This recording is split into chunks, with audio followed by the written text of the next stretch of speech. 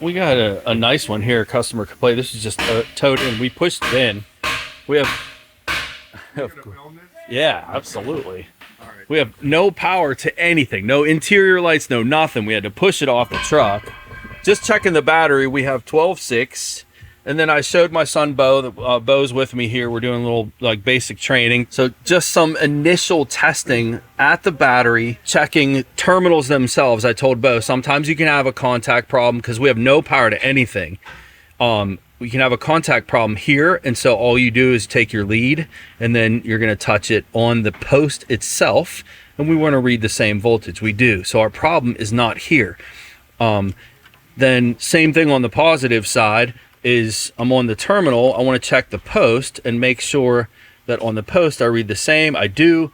So our problem is not on the terminals themselves. Then some other checks, the main fuses, we can go down and look at voltage on all of those. We did. And then another one with nothing working is just understanding circuitry, understanding voltmeters, read difference in potential. I'm going to leave my negative lead on the battery, and I'm just going to go right to the block. We should never have, ever have 10 volts on a block. That should be grounded the same as this. The reason I'm reading a difference in potential between here and the block is because the block ground is bad, right? They should be the same. It should be 0 volts here, should be 0 volts here. So when you use your meter, if you're reading 0 here and 0 here, what does the meter read? 0. And so ground to ground voltage drop test is what we're doing. 10 volts. This is with nothing on. This is with the key off. That's going to be even higher if we would turn the key on. Bo's going to turn the key on. We're going to see that voltage going to rise even higher. Most likely. Just additional loads. All right, hold the push button in. Yeah, voltage is climbing. I'm up to 10 now. Okay, so where is this ground bad? Let's go to the body too. Just gonna go, just something on the body. We can go right here to this ground. And I'm reading that same voltage right here. So for that voltage to be high here, and all it goes is right to here, Bo. You with me? So we start backtracking. Like this cable right here is going to be our issue. Let's go to here. We can maybe get a probe so we can like stick it in there. Yeah, I mean we can, because this cable is going to be replaced. But the fact that I'm reading 10 volts right there in a location that is the cable that goes to the battery, that means our problem is literally right here. And I should be able to wiggle that and find it. It's just surprising that I'm not able to. So maybe right in that area. How would the cable that short get a break in it? Yeah, it doesn't have a break, but it's voltages don't lie. My problem is right here. For me to have a 10 volt difference in potential between here and here, the only possible cause is this cable. Or maybe it's the pad. This pad. Well, what you can do, so to check the pad, so same voltage drop tests that we're doing. Let me go back here because that fell off. Let me make sure. Okay. So all you do is go to here next, and you see we're good. So that tells me my connection from here and here is good. My problem is further back. It's between here, right? Well, you said that guy had a wheelchair lift, and that's where he had the grind on this on here. Did he take that off then? He had. When was that wheelchair lift here? That was on there when I bought it, and I had to take that all off. That's been off for a while though, correct? This isn't recent. A week or so. Okay. So I've been driving it without incident, but. Okay. So yeah. So let's go on this post here. So it's 10 right there. Right. It was good right here. Yeah, it's good. So what that means is it's not the cable. It's simply that. We just need to take that off, and let's just for right now. Actually, I think I have a 10 in my pocket. Okay, let's watch the voltage. We're gonna do something here I'm gonna put this back on the block just to give you guys a visual. Okay, and then what we should see that voltage, as I tighten this, that voltage should drop. Nope. I need a socket. It's dropping like no. I need a socket. No, we'll get it. Yeah. Hold this for me. Wait, don't you want to try to just use No, the jumper cable no, and start it? No. Oh, come on. It's right here. Our problem's right. Look, I knew it was going to work. our problem's right here. Stay focused here. Wire. I said, how's it? Yeah. There you go. We should have. The tighter you made it. Yeah, we'll clean that up better, but we should have everything. The car should start now. I mean, it might not, because the load of the starter might put a lot of amperage there, and then our voltage is going to go high again. We should Yeah, the lights are on. see we have lights now. Yeah. We didn't have lights before. Let's go. Set that key off. Voltage drop. The cable's fine. Our issue is right here at this connector. And it wasn't loose. I know, and- you had and- to really crank it. I did. And You want me to find a cable? it's not the cable. No, It's No, not. it's not the cable. 100% not the cable. bad. Bad contact.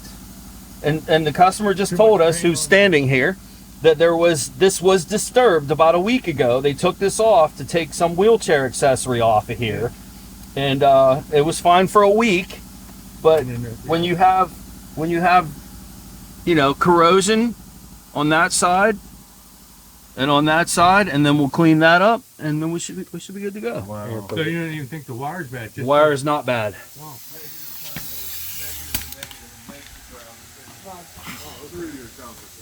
It would have worked. Whatever. Sorry, Dan. I'm sorry. That would have worked. What my brother was saying is running that ground To the body. to the body would The have battery. taken. Would have- Yes. Would have Yes. probably at least made it start. It would have. It would have. Gotta clean that. I like that. Front side.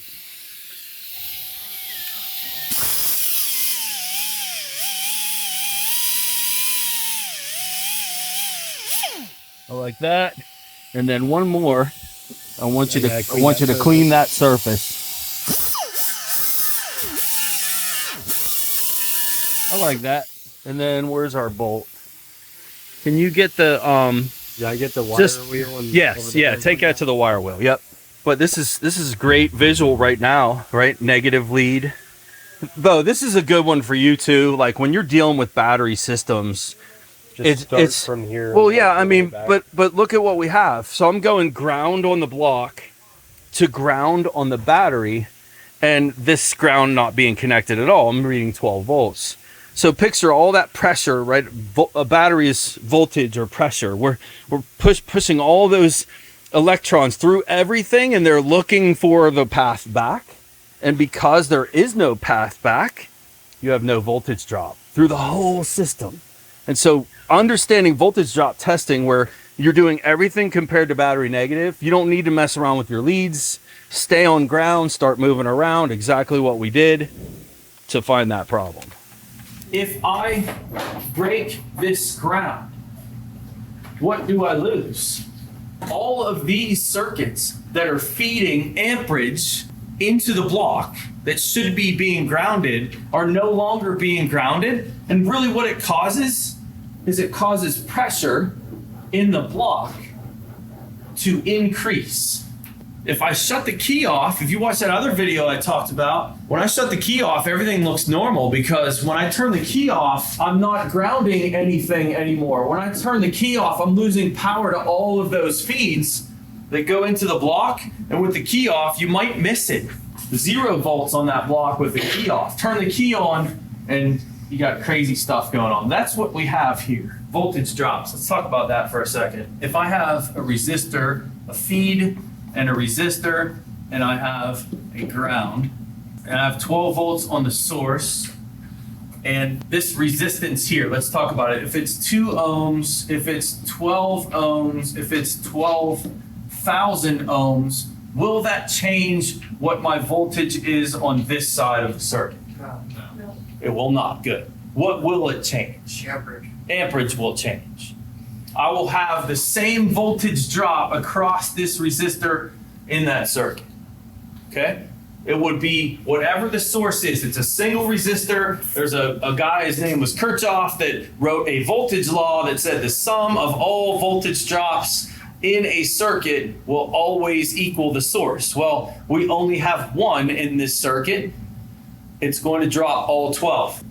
I have a source, a resistor, and I have, I guess we'll just do it like this. I'll put a switch in here, make that open. And this is a 2 ohm resistor, 12 volts. Switch is open. What is the drop that's occurring across here? What is the drop? You wouldn't have Very good. I thought you guys said you struggled in basic E. Sounds like you picked some stuff up. No current flow, no voltage drop. I agree. So this would be a 0 volt drop. And what do we have left on this side? It would be 12, wouldn't it? Yeah. No drop. What if this was 12,000 ohms? Still the same? Mm-hmm. So no current flow, no voltage drop. We close this switch. Picture this as being a good ground, being your block. It should be 0, right? Mm-hmm. That's what we should have. Well, what we have going on is the block that should be a good ground is resistance to ground. So what do we do? This is my block now.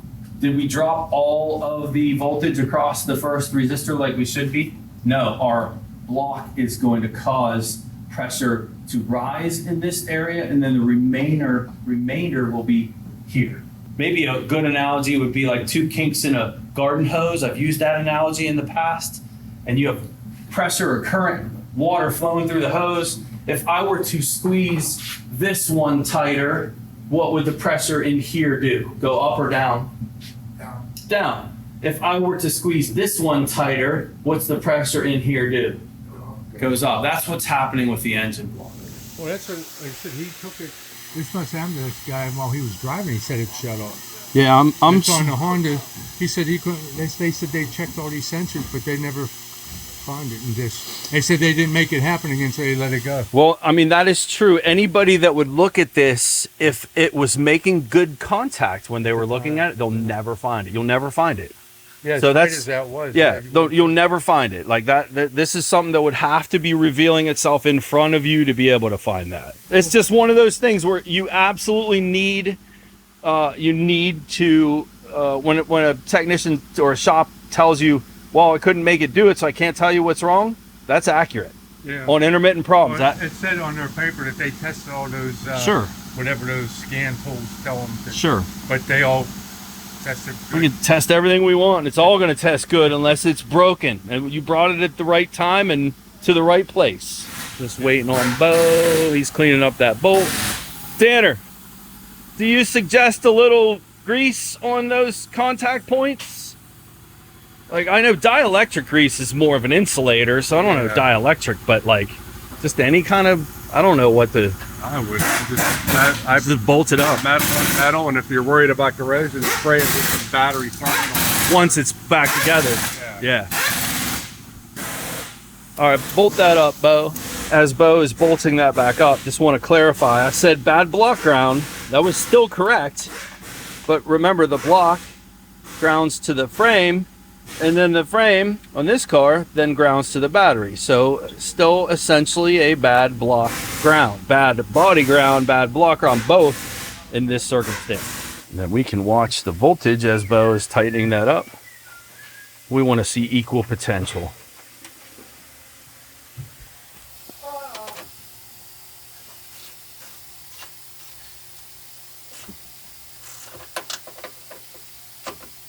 Yes, sir. Yes, sir. I like it. So then we, can you start that for me? I'll watch the voltage level on a crank. It is normal to have a elevated voltage here on cranking. You might see 0.5, 0.4. That was 0.3. Go ahead, shut it off, Bo. I'll get you guys a graphing meter shot of that, just in case you're curious. Graphing multimeter, volts DC. Turn that off. Go to a 20 volt. We'll go to, 1 second works. Go ahead, Bo, crank it.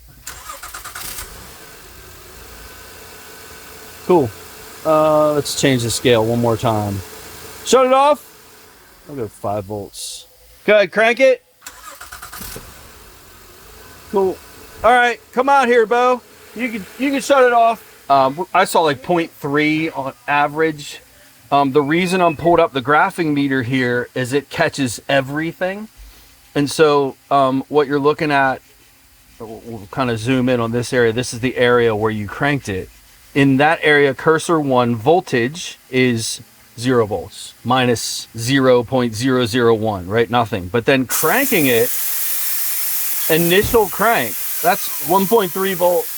That seems excessive. Yeah, but isn't the inrush voltage of like a starter motor? Exactly. Inrush voltage is what I wanted to tell you. And inrush voltage on this starter can be as high as 800 amps. Yeah. 800 amps. People, average is 150, but that inrush is voltage, huge. You have to start the turning. Correct.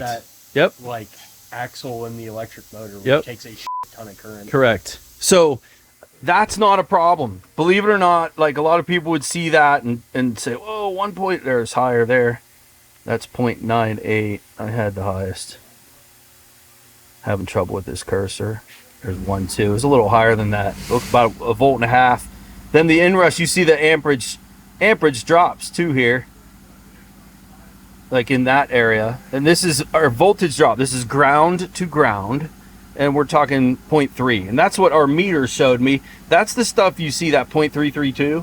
If I was looking at a regular multimeter, I would only see an average of this, which is why I only saw 0.3. I knew it was going to be higher. But this is such a short period of time. You're only talking about time frame. Let's do a delta time like in there. 1/10 of a second is what that is. Where your amperage is super high and your voltage is high. This is not a problem. Everything's good. Nice, quick, and easy voltage drop testing video. Love it. Thank you, Bo. Hell yeah. Let's go. Made some money. The inrush voltage of the starter motor like be too high that it starts to like create a bad connection? Yeah, so if the inrush is too high, what ends up happening is the starter has trouble cranking. It'll start cranking slow. It'll go wah, wah, and then nothing works right when that goes on. So I have a case study on a Mini with a frozen alternator that was preventing the engine from cranking. Same kind of thing. Huge amounts of current flow. Like an average current of 150 maybe. This car was like 450. That was after the inrush current.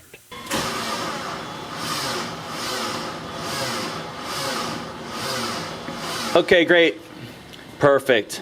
I'm reading 400, between 300 and 400 amp surges on this starter. This is a huge amount of current flow. We can hear that in the way it's straining. One of the things that makes a system crank this way would be if battery voltage was weak. Another one would be if we have a voltage drop problem, a bad power, bad ground. A bad power or bad ground to the starter or to the block or to the frame. Remember the battery's bolted to the frame back here and we need ground straps that go from the frame to the block up front. And those are all suspect on a car like this. But when you have this kind of amperage, that confirms your battery's fine, your starter's fine, your cables are fine. There is something mechanical going on here. Well, I say starter's fine. This could be a faulty starter motor, but we know it's a brand new starter motor. So we have high amperage. The next thing we're going to do is we're going to pull a couple spark plugs out and we're going to listen to the way it cranks. We're going to pull all 4 of them out and listen to the way it cranks with the spark plugs removed. That was after the inrush current. But good question. Anything else? Okay, cool. Bo's the man. Week 5, day 4, working for Danner. Bo's becoming a technician, mentored by his father and his uncle. Good job, Bo.